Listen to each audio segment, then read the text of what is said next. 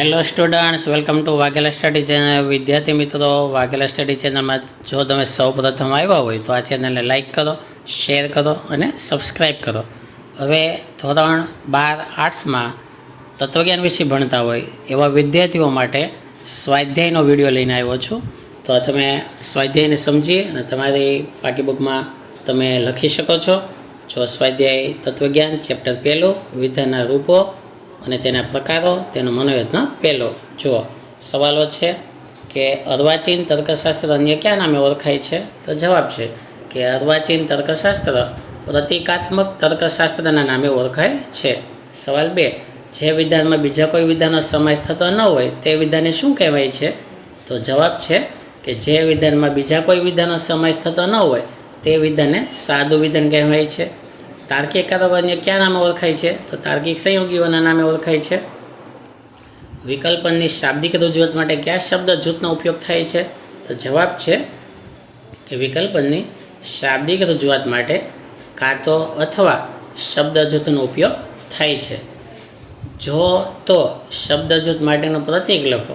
તો જવાબ છે જો તો શબ્દ જૂથ માટેનું પ્રતીક શરતી એટલે કે તીર, એક સાઈડ તીર આ રીતનું છે. સવાલ 6, જો તો અને તો જ શબ્દ જૂથ માટેનું પ્રતીક લખો. તો ઉત્તર તેનો છે કે જો તો અને તો જ શબ્દ જૂથ માટેનું પ્રતીક દ્વિશરતી છે. 7મો, અમુક નિશ્ચિત વિધાન માટે વાપરવામાં આવતા પ્રતીકને શું કહે છે? તો ઉત્તર અમુક નિશ્ચિત વિધાન માટે વાપરવામાં આવતા પ્રતીકને વિધાન પરક અચલ કહે છે. સવાલ 8, તમે પ્રામાણિક છો આ વિધાનની પ્રાતિક રજૂઆત લખો. તો જવાબ, તમે પ્રામાણિક છો આ વિધાનની પ્રાતિક રજૂઆત આ પ્રમાણે થાય. પી એટલે કે પીની બદલે તમે કોઈ એબીસીડીનો અક્ષર લઈ શકો, પણ ટૂંકમાં કેપિટલ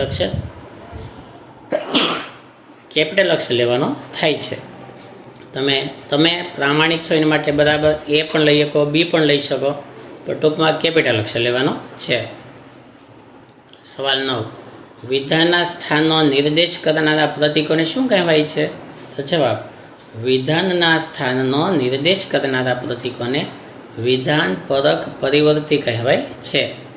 સવાલ 10, વિધાન પરક પરિવર્તીઓનો ઉપયોગ શેની રજૂઆત કરવા માટે થાય છે?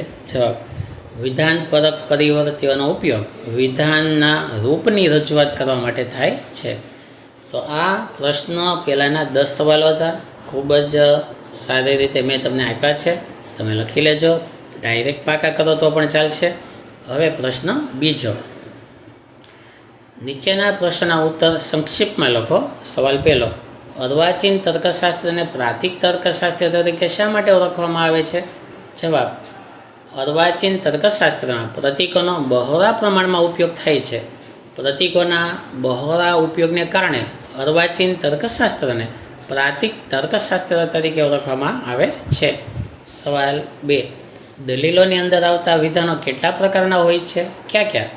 જવાબ, દલીલોની અંદર આવતા વિધાનો 3 પ્રકારના હોય છે. પહેલું સાદું વિધાન, બીજું સંયુક્ત વિધાન અને ત્રીજું જટિલ સંયુક્ત વિધાન. જો ખાલી એમ કહે કે વિધાનના પ્રકારો કેટલા, તો 2 જ થાય, સાદું વિધાન ને સંયુક્ત વિધાન. પણ દલીલની અંદર કેટલા પ્રકારો આવે, કેટલા વિધાનો આવે, તો 3, સાદું વિધાન, સંયુક્ત વિધાન અને જટિલ સંયુક્ત વિધાન. ત્રીજું, સાદા વિધાનની વ્યાખ્યા લખો. જવાબ, જે વિધાનમાં બીજા કોઈ વિધાનનો સમાવેશ થતો ન હોય તે વિધાન સાદું વિધાન કહેવાય છે. સવાલ 4, સંયુક્ત વિધાનની વ્યાખ્યા લખો. જવાબ, જે વિધાનમાં એક કે તેથી વધુ સાદા વિધાનોનો સમાવેશ થતો હોય તે વિધાન સંયુક્ત વિધાન કહેવાય છે. 5મો સવાલ, તાર્કિક કારકો એટલે શું? તો જવાબ, જે શબ્દ કે શબ્દ જૂથના ઉપયોગને લીધે સાદા વિધાનોમાંથી સંયુક્ત વિધાનની રચના થાય છે તે શબ્દ કે શબ્દ જૂથને તાર્કિક કારકો અથવા તાર્કિક સંયોગીઓ કહેવાય છે. સવાલ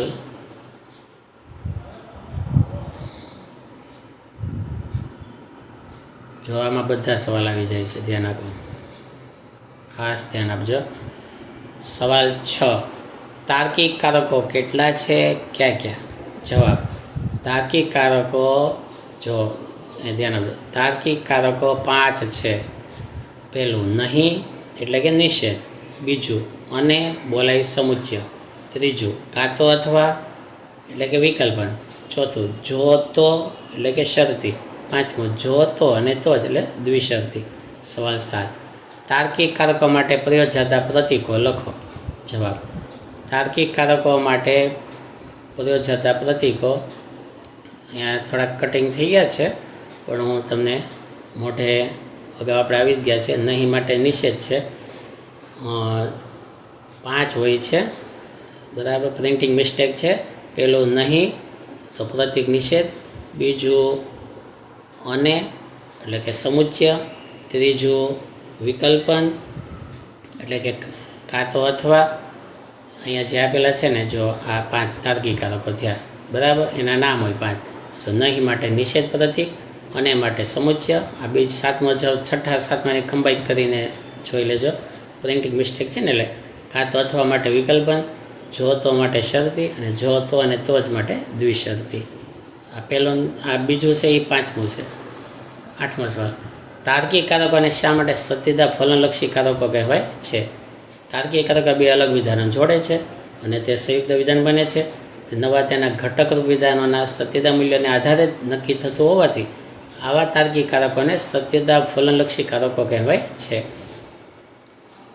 9મો સવાલ, વિધાનપરક અચલ એટલે શું? જવાબ, વિધાનપરક અચલ એટલે અમુક નિશ્ચિત વિધાન માટે વાપરવામાં આવતું પ્રતીક. વિધાનપરક અચલ તરીકે A થી Z સુધીના કોઈ પણ કેપિટલ અક્ષરનો ઉપયોગ કરવામાં આવે છે.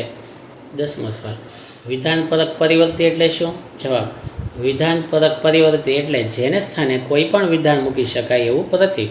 વિધાનપરક પરિવર્તીઓ વિધાનો નથી, પરંતુ વિધાનના સ્થાનનો નિર્દેશ કરનારા પ્રતીકો છે.